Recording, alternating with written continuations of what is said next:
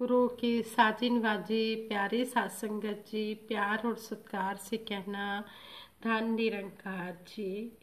सबसे पहले सतगुरु माता जी का शुक्राना करते हैं जिनकी अपार कृपा हम सब पर हो रही है। सतगुरु माता जी के आशीर्वाद से ही दासी आप जी के चरणों में ये विचार रखने जा रही है। आप जी ये विचार प्रवान करें, अगर कोई गलती हो जाए तो क्षमा करें।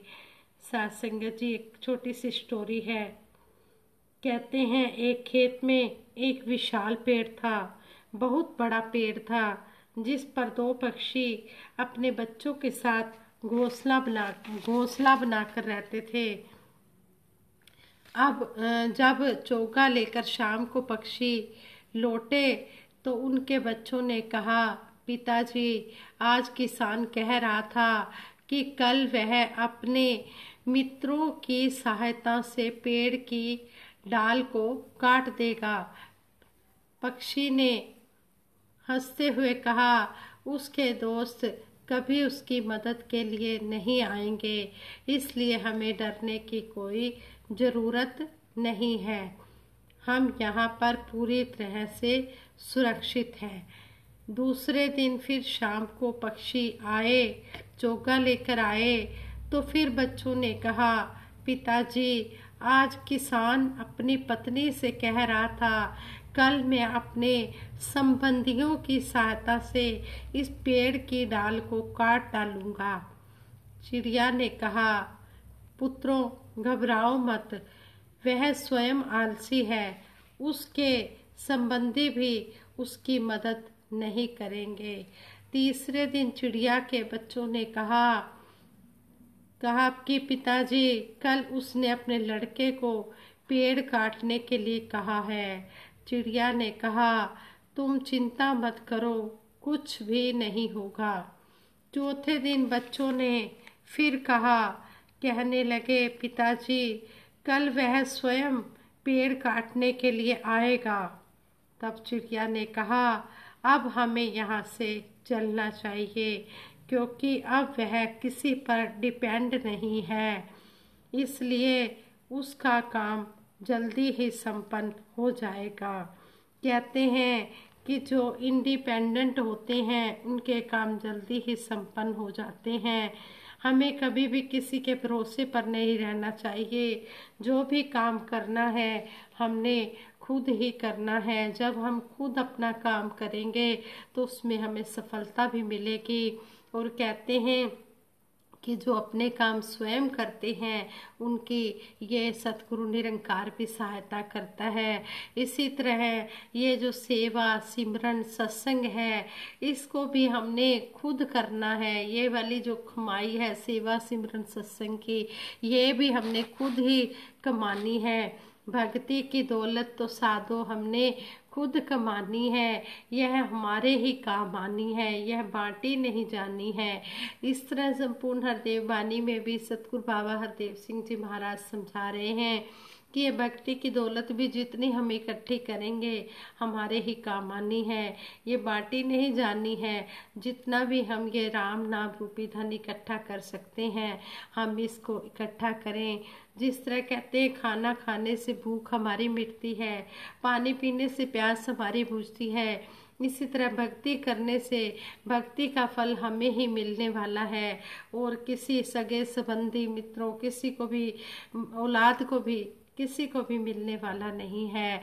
इसलिए हमें सतगुरु समझा रहे हैं, अलर्ट कर रहे हैं कि समय रहते जाग जाओ और इस परम पिता परमात्मा को पाकर सेवा सिमरन सत्संग की कमाई करो। जितनी ये कमाई करोगे यही तुम्हारी अंत समय ये साथ जानी है और कुछ भी नहीं जाना है।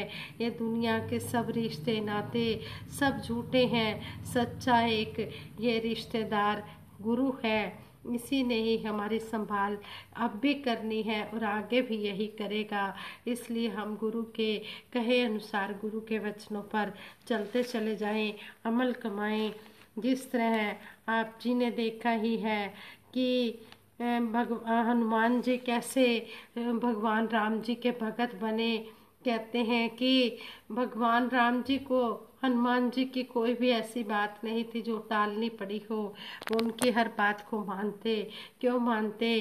क्योंकि हनुमान जी ने अपने आप को गुरु चरणों में समर्पित किया हुआ था और गुरु के दिल में वो बसे हुए थे। इस तरह ही कहते हैं कि लंका विजय के बाद जब भगवान श्री राम जी अयोध्या लौट आए, तब गुरु वशिष्ठ जी ने भी उनके राज्याभिषेक की तैयारी करने के विषय में आदेश दिए। सब तैयारियां बड़ी जोरों शोरों से पूर्ण उत्साह उमंग के साथ होने लगी। और कहते हैं कि आसपास और दूर दराज के क्षेत्रों में राजाओं को निमंत्रण भेजे जाने लगे। काशी नरेश भी निमंत्रण काशी नरेश भी निमंत्रण पाकर राज्याभिषेक में उपस्थित होने के लिए चल पड़े। काशी नरेश भगवान श्री राम जी के बड़े भगत थे। जब वह अयोध्या के निकट पहुँचे, तब उन्हें नारद जी मिले। उन्होंने उन्हें नमन किया। नारद जी ने कहा कि हे काशी नरेश, आप हमारी एक बात मानो। काशी नरेश बोले, नारद जी आप आदेश तो करें। तब नारद जी कहने लगे, जब आप लोग जब आप भगवान श्री राम जी के राज्याभिषेक में उपस्थित हों, तब सभी को यथा योग्य कहें तब सभी को यथा योग्य कहें, किंतु विश्वामित्र जी को नमन मत करें। सभी को नमन करें, लेकिन विश्वामित्र जी को नमस्कार ना करें। काशी नरेश ने हैरान होकर नारद जी से पूछा कि ऐसा क्यों? फिर नारद जी ने कहा, यह आपको बाद में पता चल जाएगा। यह बात कहकर नारद जी नारायण नारायण कहते हुए अंतर ध्यान हो गए। काशी नरेश राज्याभिषेक के शुभ अवसर पर जाकर अपने स्थान पर आसीन हो गए और परिचय की फॉर्मेलिटी के अवसर पर काशी नरेश का भी परिचय दिया गया। काशी नरेश ने सभी को यथा योग्य कहा, किंतु ऋषि मुनियों की पंक्ति में अपने आसन पर आसीन विश्वामित्र जी को उन्होंने सादर नमन नहीं किया। सभी ऋषि मुनियों को नमस्कार किया, लेकिन विश्वामित्र जी को नमस्कार नहीं किया। यह देखकर विश्वामित्र जी को क्रोध आना स्वाभाविक था, किंतु उन्होंने उस समय कार्यक्रम में बाधा डालना ठीक नहीं समझा और शांत बैठे रहे। भगवान श्री राम जी के राज्याभिषेक का शुभ काम संपन्न हुआ। सब उन्हें यथा योग्य बधाइयाँ देते हुए अपने अपने स्थानों में से नमन करने लगे।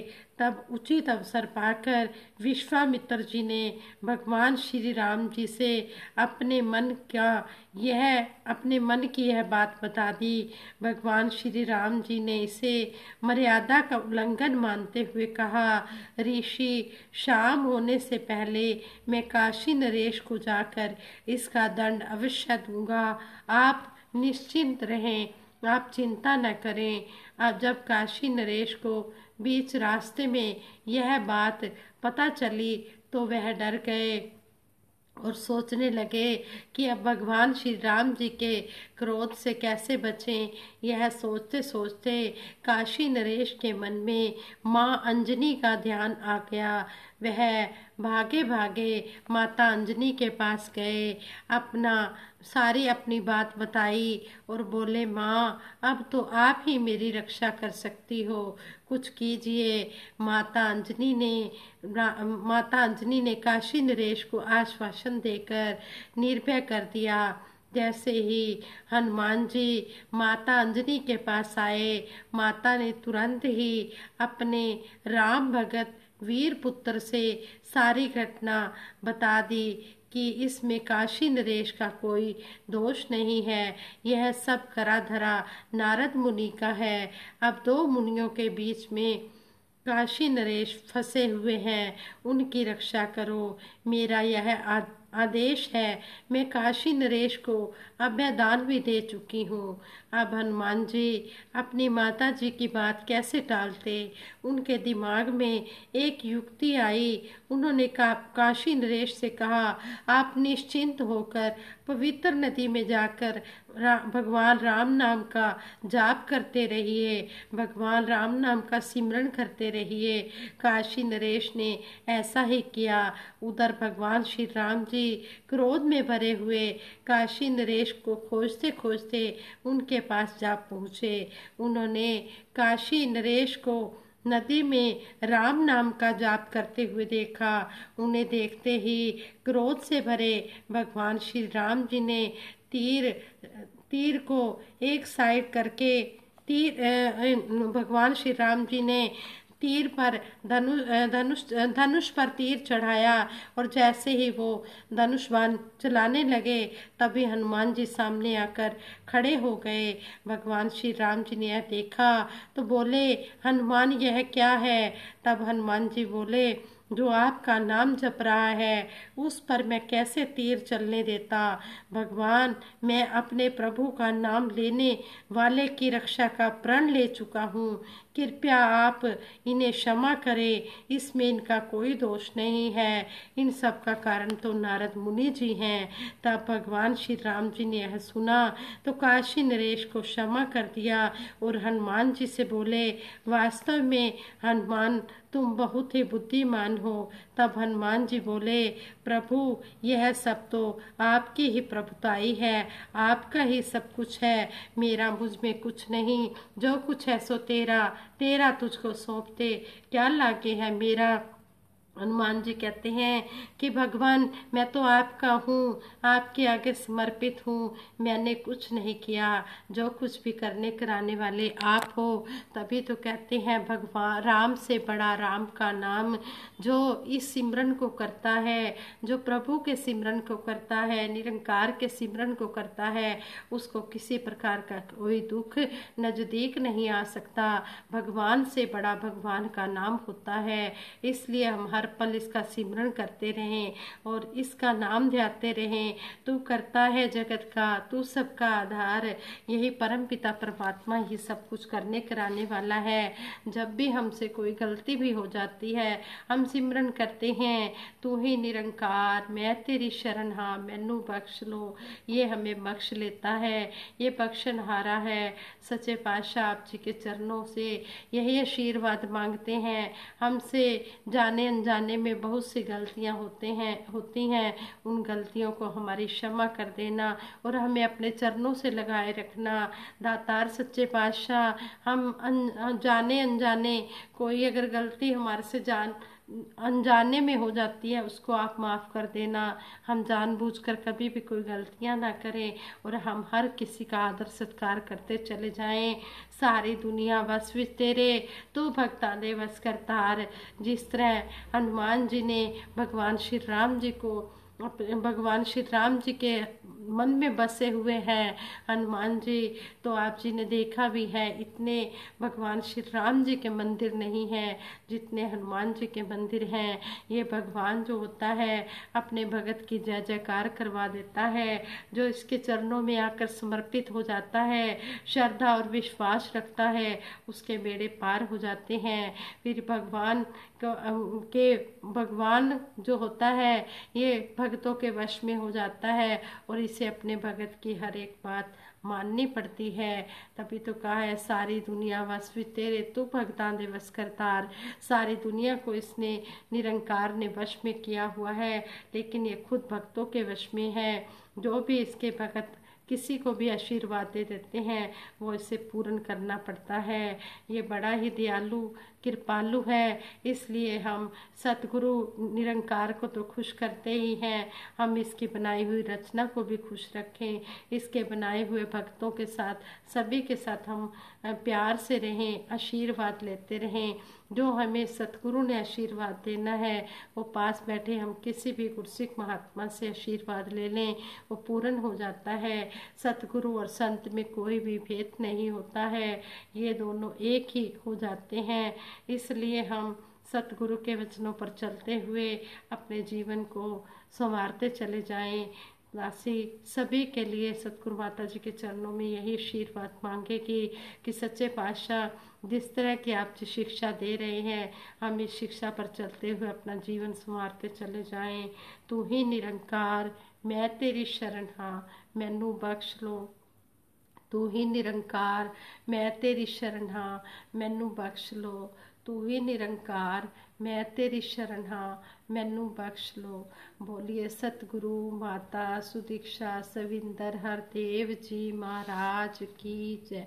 निरंकारी राजमाता गुरु बचन अवतार की जय। सात संगत जी प्यार से कहना धन निरंकार जी।